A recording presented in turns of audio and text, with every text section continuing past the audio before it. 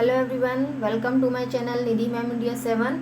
रुक जाना नहीं योजना 2024 के अंतर्गत जितने भी छात्र छात्राएं हैं उनके लिए कक्षा 12वीं अर्थशास्त्र का ये नोट्स हैं सभी।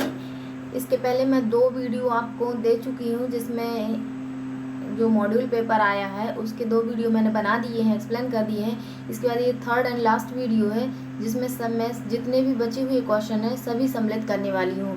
तो वीडियो स्टार्ट करने से पहले जो भी बच्चे नए हैं वो सभी ये चैनल लाइक और सब्सक्राइब कर लें। और चलिए वीडियो को स्टार्ट करते हैं।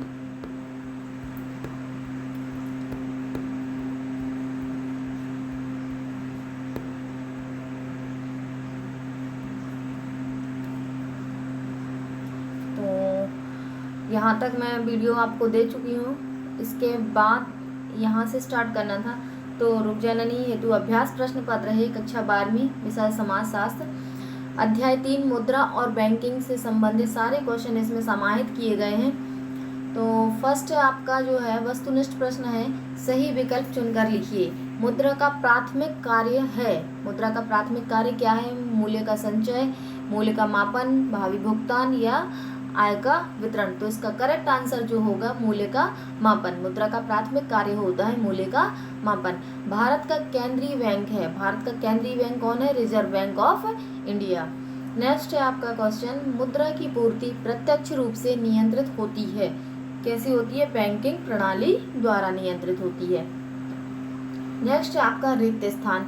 रिक्त स्थान में फर्स्ट है आपका 1927 में सरकार ने खाली स्थान मान का परित्याग कर दिया। किसका परित्याग कर दिया? स्वर्ण विनिमय का, है ना, विनिमय का परित्याग कर दिया। नेक्स्ट क्वेश्चन है, रिजर्व बैंक ऑफ इंडिया का राष्ट्रीयकरण वर्ष खाली स्थान में किया गया। तो रिजर्व बैंक ऑफ इंडिया का राष्ट्रीयकरण कब हुआ था? 1949 में।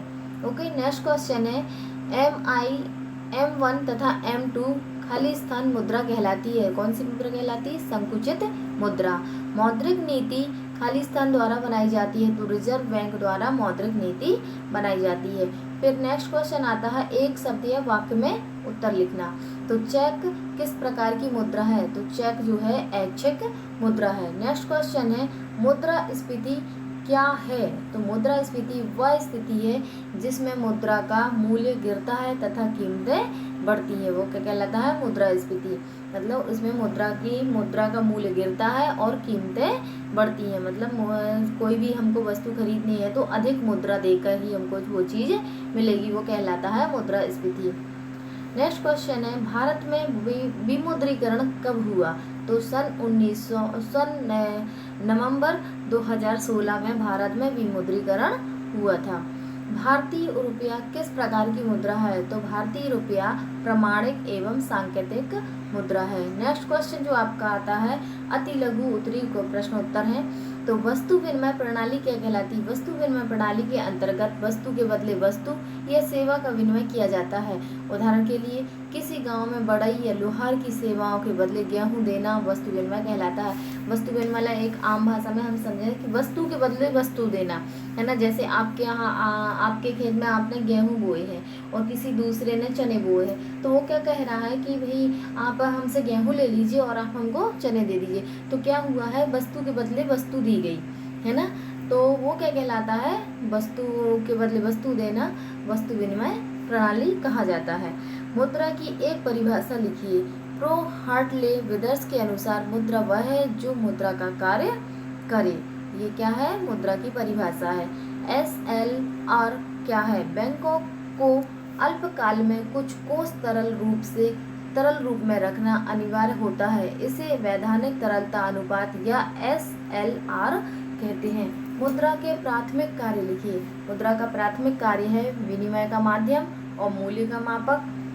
ठीक है, मतलब जो प्राथमिक कार्य होता है विनिमय का माध्यम, मतलब जो हम विनिमय करते हैं, आदान प्रदान करते हैं, वो मुद्रा का प्राथमिक कार्य है।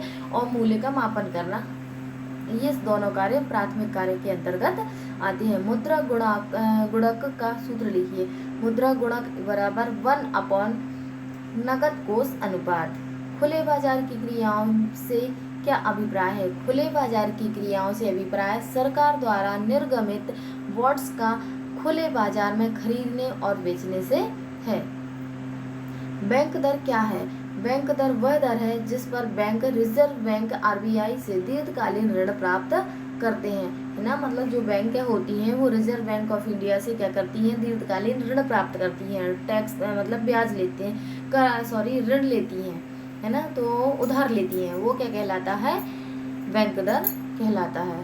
किससे ली जाती है? ये रिजर्व बैंक से उधार लिया जाता है, वो कहलाती है बैंक दर। अब रिजर्व बैंक को सरकार का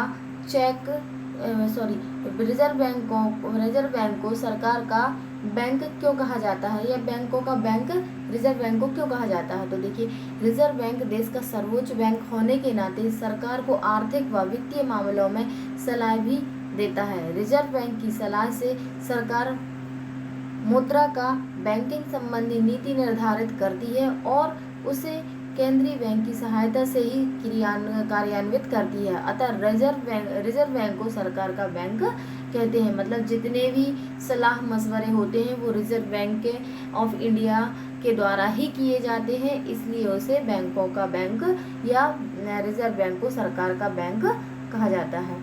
रिजर्व बैंक और व्यापारिक बैंकों में अंतर बताइए। तो रिजर्व बैंक और व्यापारिक बैंक, रिजर्व बैंक जो है, रिजर्व बैंक जनता से प्रत्यक्ष व्यवसाय नहीं करता है, लेकिन जो व्यापारिक बैंक होती है, व्यापारिक बैंक जनता से प्रत्यक्ष व्यवसाय करता है। जैसे हम अपने अकाउंट कहीं भी खुलवा लेते हैं किसी भी बैंक में जाके और अपने बैंक में से पैसे निकाल लेते हैं, पैसे जमा करते हैं, तो ये हम व्यापारिक बैंकों में करते हैं। हम रिजर्व बैंक ऑफ इंडिया में ये नहीं कर सकते हैं। तो जनता से प्रत्यक्ष व्यवसाय जो करता है वो व्यापारिक बैंक करता है, और रिजर्व बैंक जो है प्रत्यक्ष व्यवसाय नहीं करता है। इसे रिजर्व बैंक है, इसे पत्र मुद्रा निर्गमन का अधिकार होता है। व्यापारिक बैंक इन्हें इस प्रकार का कोई अधिकार प्राप्त नहीं होता है। रिजर्व बैंक तेजी व मंदी काल में यह बैंक क्रियाशील भूमिका अदा करता है, जबकि व्यापारिक बैंक ये बैंक ऐसा नहीं करते हैं। रिजर्व बैंक इसका उद्देश्य लाभार्जन न होकर देश में आर्थिक स्थिरता स्थापित करना होता है, जबकि व्यापारिक बैंक इन बैंकों का प्राथमिक उद्देश्य ही लाभ कमाना होता है। तो रिजर्व बैंक यह बैंक देश का सर्वोच्च बैंक होता है और संपूर्ण बैंकिंग व्यवस्था इसके अधीन होती है, जबकि व्यापारिक बैंक ये बैंक देश की सभी संपूर्ण बैंक व्यवस्था की इकाई मात्र होती है। ओके, तो ये है आपका रिजर्व बैंक और व्यापारिक बैंक में अंतर। नेक्स्ट क्वेश्चन है आपका, मुद्रा पूर्ति के नियंत्रण के 3 नीतिगत उपाय लिखिए। तो 3 नीतिगत उपाय में पहला है बैंक दर नीति, खुले बाजार की क्रियाएं और नगद कोष अनुपात। तो बैंक दर नीति क्या होगी? राष्ट्रीय रिजर्व बैंक जिस दर पर व्यावसायिक बैंकों को ऋण देती है उसे कटौती दर या बैंक दर कहते हैं। मतलब जो रिजर्व बैंक होती है आरबीआई, वो व्यापारिक बैंकों को क्या वो देती है? ऋण देती है, और उसे कटौती दर या बैंक दर कहते हैं। इसे रेपो रेट भी कहते हैं। यदि अर्थव्यवस्था में स्फीतिकारी दबाव है तो बैंक दर को बढ़ा दिया जाता है। यदि आर्थिक मंदी है तो बैंक दर कम कर दी जाती है। खुले बाजार की क्रियाएं का इसका आशय रिजर्व बैंक द्वारा सरकारी प्रतिभूतियों के क्रय विक्रय से है। जब अर्थव्यवस्था में स्फीतिकारी दबाव होता है तो भारतीय रिजर्व बैंक प्रतिभूतियां बेचता है, जिससे बैंकों की ऋण देने की क्षमता कम हो जाती है। दूसरी ओर जब अर्थव्यवस्था में आर्थिक मंदी होती है तो वह प्रतिभूतियां खरीदता है, जिससे बैंकों की ऋण देने की क्षमता बढ़ जाती है। नकद कोष अनुपात CRR प्रत्येक वाणिज्यिक बैंकों को अपनी जमा का एक न्यूनतम प्रतिशत कानूनी तौर पर केंद्रीय बैंक के पास रखना पड़ता है। यह दर रिजर्व बैंक द्वारा निर्धारित की जाती है। जब अर्थव्यवस्था में स्फीतिकारी दबाव होता है तो इस अनुपात को बढ़ा दिया जाता है। इसके विपरीत आर्थिक मंदी के समय CRR को कम कर दिया जाता है। ओके, ये आपके इम्पोर्टेंट क्वेश्चन थे जो मुद्रा और साख से संबंधित थे। तो आई होप कि आप सभी को ये वीडियो अच्छा लगा होगा।